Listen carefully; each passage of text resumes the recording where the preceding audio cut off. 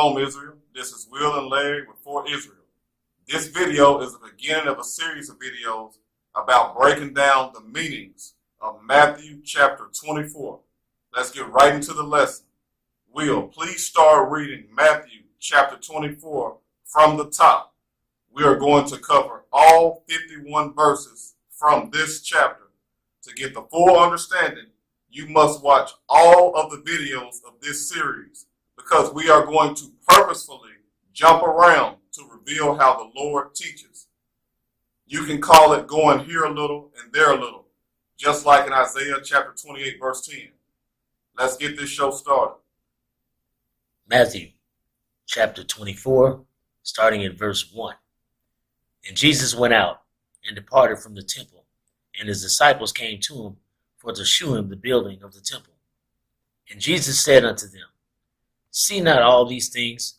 Verily I say unto you, there shall not be left here one stone upon another, that shall not be thrown down. And as he sat upon the Mount of Olives, the disciples came unto him privately, saying, Tell us, when shall these things be? And what shall be the sign of thy coming, and of the end of the world?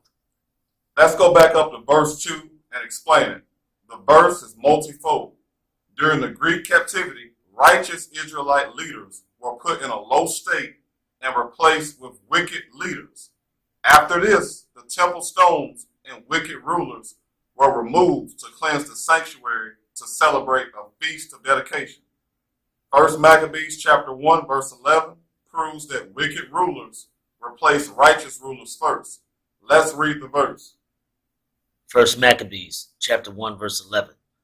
In those days went there out of Israel wicked men, who persuaded many, saying, Let us go and make a covenant with the heathen that are round about us. For since we departed from them, we have had much sorrow. Now let's read about when righteous rulers return to their right spots. Please read 1 Maccabees chapter 4 verses 41 through 48. 1 Maccabees chapter 4 verse 41. Then Judas appointed certain men to fight against those that were in the fortress until he had cleansed the sanctuary. So he chose priests of blameless conversation, such as had pleasure in the law, who cleansed the sanctuary and bare out the defiled stones into an unclean place. And when as they consulted what to do with the altar of burnt offering, which was profane, they thought it best to pull it down, lest it should be a reproach to them, because the heathen had defiled it. Wherefore they pulled it down, and laid up the stones in the mountain of the temple in a convenient place, until there should come a prophet to shew what should be done with them. Then they took whole stones according to the law, and built a new altar according to the former, and made up the sanctuary and the things that were within the temple, and hallowed the courts. Please review our video series that is titled The Feast of Dedication, originated in the Old Testament, and our 6 parts video series that is titled There Were Prophets from Malachi to John the Baptist for more information about the Feast of Dedication. Now, we just explained how Matthew chapter 24 verse 2 happened during the Greek captivity. Now let's explain how it happened during the Roman captivity. The verse is also talking about the wicked rulers of Israel at the time. Let's round up the evidence by going to the previous chapter. Let's get Matthew chapter 23, verses 29 to 31, and verses 37 through 39. Matthew 23 and 29. Woe unto you, scribes and Pharisees, hypocrites, because ye build the tombs of the prophets, and garnish the sepulchres of the righteous. And say, if we had been in the days of our fathers, we would not have been partakers with them in the blood of the prophets. Wherefore, ye be witnesses unto yourselves, that ye are the children of them which killed the prophets. O Jerusalem, Jerusalem, thou that killest the prophets, and stonest them which are sent unto thee, how often would I have gathered thy children together, even as a hen gathereth her chickens under her wings, and ye would not. Behold, your house is left unto you desolate. For I say unto you, ye shall not see me henceforth, till ye shall say, Blessed is he that cometh in the name of the Lord. The righteous Israelites will be put in a low state first, and then they will return to the top. Even the disciples were cast down temporarily in Matthew chapter 26, verse 56. How will the desolate house of the Pharisees and scribes be replaced? Let's go back to verse 1 of Matthew chapter 24 and read it again. Matthew 24 and 1. And Jesus went out and departed from the temple, and his disciples came to him for to shew him the buildings of the temple. Now the buildings of the temple are people too. We just explained that. 1 Corinthians chapter 6 verse 19 backs up this statement. Let's find out who will replace the Pharisees and scribes. Please read Revelation chapter 3 verse 12. Revelation chapter 3 verse 12. Him that overcometh will I make a pillar in the temple of my God, and he shall go no more out, and I will write upon him the name of my God, and the name of the city of my God, which is New Jerusalem, which cometh down out of heaven from my God, and I will write upon him my new name. The buildings of the temple of the Pharisees and scribes in Matthew chapter 24 verse 1 were replaced with the pillars of the temple of saints in Revelation chapter 3 verse 12.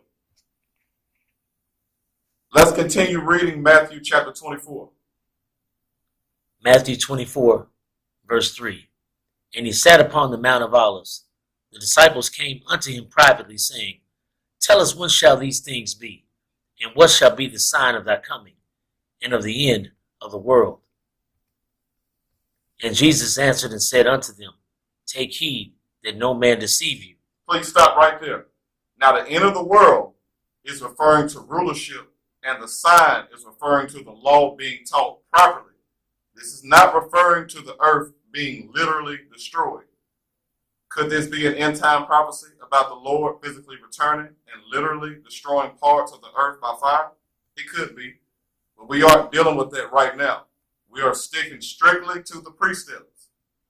If we don't stick to the precepts, we might fall into the category of Isaiah chapter 8 verse 20, because some unbiblical prophecies will fail, according to 1 Corinthians chapter 13 verse 8. Now the Lord starts explaining the sign of his coming by saying to not let anyone deceive the prophets. This sounds eerily similar to 2 Thessalonians chapter 2. It sounds that way because it's saying the same thing. Let's go there. Let's pick up in 2 Thessalonians chapter 2 verse 3. Let no man deceive you by any means. There we go. It is talking about not being deceived, just like in Matthew chapter 24. Continue. For that day shall not come except there come a falling away first. This is saying the same thing that Matthew chapter 24 verse 2 is saying. The falling away is the same thing as stones being cast down. Keep going. And that man of sin be revealed. Let's read verse 7, because it reveals that the man of sin is already in place and has to be removed. It basically repeats verse 3. Let's get it. 2 Thessalonians chapter 2 verse 7. For the mystery of iniquity doth already work. Only he who now letteth will let, until he be taken out of the way. Now let's read verse 4. Verse 4. Who opposeth and exalteth himself above all that is called God, or that is worshipped, so that he, as God, sitteth in the temple of God, showing himself that he is God. Now Paul gave us characteristics of the man of sin, which is the leaders at the time that don't keep the commandments. They kill the prophets literally and spiritually. I believe that Matthew chapter 23 points this out in verses 29 through 31. We read those verses earlier. Now let's read a verse in Matthew chapter 24 that says the same thing as 4 in 2 Thessalonians chapter 2 verse 4. Before we go back to Matthew chapter 24, remember the statement, so that as God sitteth in the temple of God, from 2 Thessalonians chapter 2 verse 4. Now let's go back to Matthew chapter 24. We will review verse 3 again with verses 13 and 30 Please read Matthew chapter 24, verse 15. Don't worry, we haven't forgotten about verses 5 through 14 of Matthew chapter 24. We will visit them again later. Matthew chapter 24, verse 15. When ye therefore shall see the abomination of desolation, spoken of by Daniel the prophet, stand in the holy place, whoso readeth, let him understand. Is this verse talking about 70 AD? It might be, but we need to use precepts to explain what the Bible says about the verse. Let's start investigating and find out if we are led to 70 AD. We are not going to rely on Josephus and from Babylon to Timbuktu. Now, we just explained who the wicked rulers are during the Roman captivity. Let's go back some years to when this happened before the Roman captivity.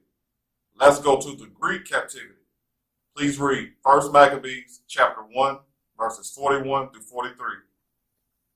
1 Maccabees chapter 1, verse 41.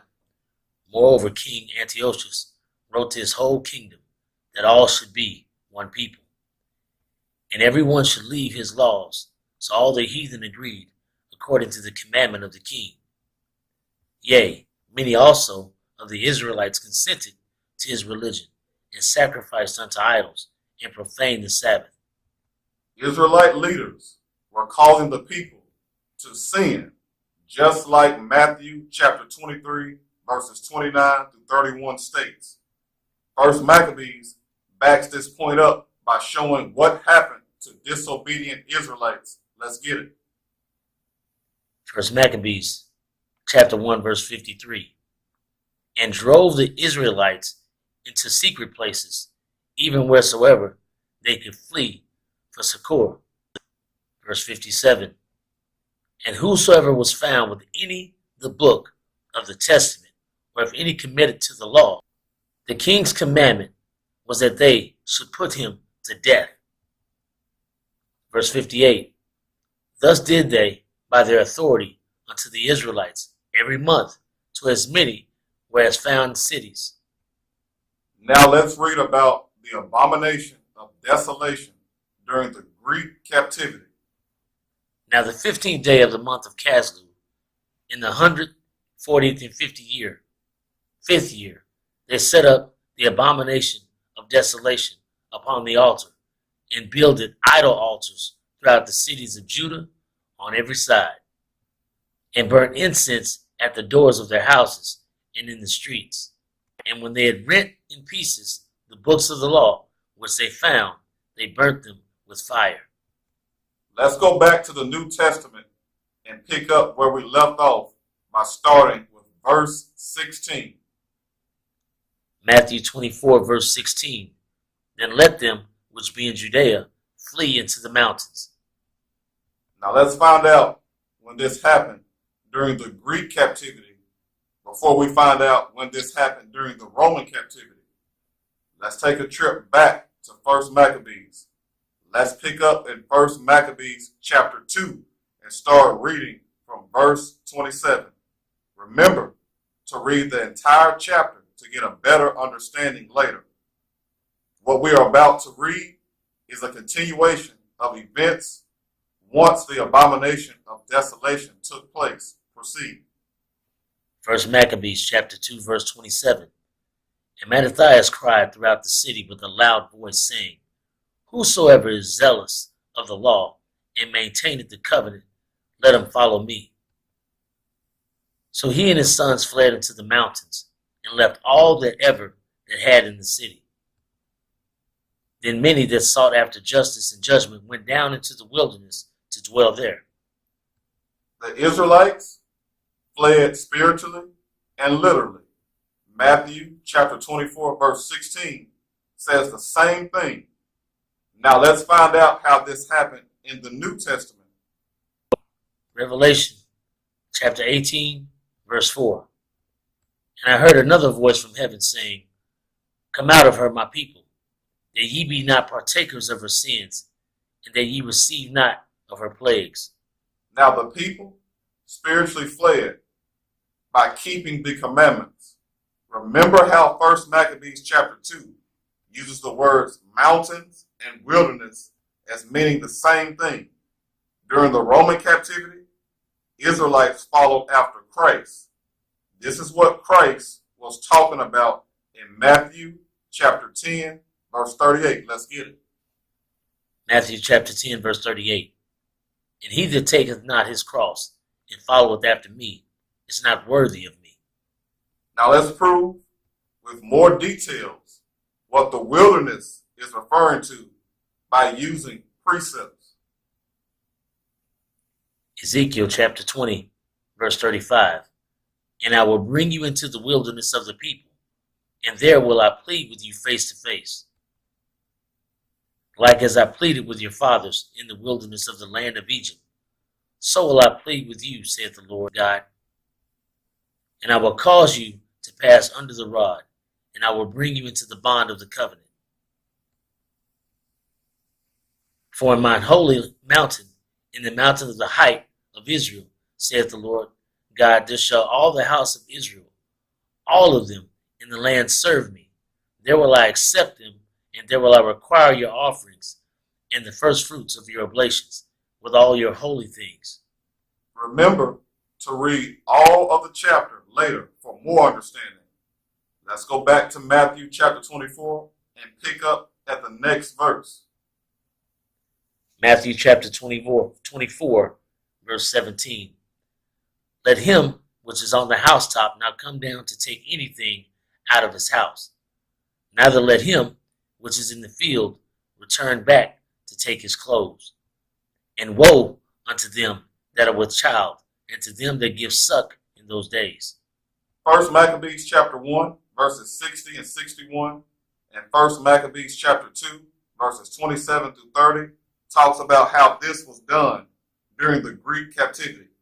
Let's explain what these verses mean during the Roman captivity. Matthew chapter 24, verse 17 is referring to not putting anything before the Lord. Matthew chapter 10, verse 37 and 38 talk about this. Luke chapter 17 seals the deal. Let's go there. Luke chapter 17, verse 28 through 33. Likewise, also it was in the days of Lot. They did eat, they drank, they bought, they sold, they planted, they builded. But the same day that Lot went out of Sodom, it rained fire and brimstone from heaven and destroyed them all. Even thus shall it be in the day when the Son of Man is revealed. In that day, he which shall be upon the housetop, and his stuff in the house, let him not come down to take it away. And he that is in the field, let him likewise not return back. Remember Lot's wife? Whosoever shall seek to save his life shall lose it, and whosoever shall lose his life shall preserve it. Matthew chapter 24, verse 18 is talking about not going back into the world, which is a repeat of what the previous verse is saying. Field means world, according to Matthew chapter 13, verse 38. Now, let's explain verse 19 and close out the first video of this series about Matthew chapter 24. Please read the verse. Matthew 24, verse 19. And woe unto them that are with child, and to them that give suck in those days. This is talking about the teachers having a difficult time during this time period. Remember that teachers are parents that give suck, the understanding, to people that are referred to as children. 1 Peter chapter 2, verse 2 proves this. Matthew chapter 24, verse 19 is saying the same thing as Matthew chapter 24, verse 9. Remember Matthew chapter 23, verses 29 through 31. The verses have spiritual and literal meanings in the Greek captivity and Roman captivity. Maccabees was one of these people during the Greek captivity. Review 1 Maccabees chapter 2, verses 1 through 7, and compare it to Matthew chapter 24, verse 19.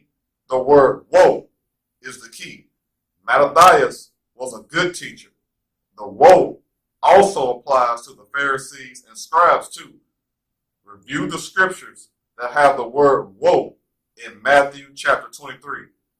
Let's read Matthew chapter 24 verse 9 and close out this video. Matthew 24 verse 9. Then shall they deliver you up to be afflicted, and shall kill you. Ye shall be hated of all nations for my name's sake. If you like this content and want to be updated with the rest of the videos of this series, please subscribe so that you can receive the notifications. Sirach chapter 33 verse 17. Consider not that I labor for myself only, but for all them that seek learning. Shalom.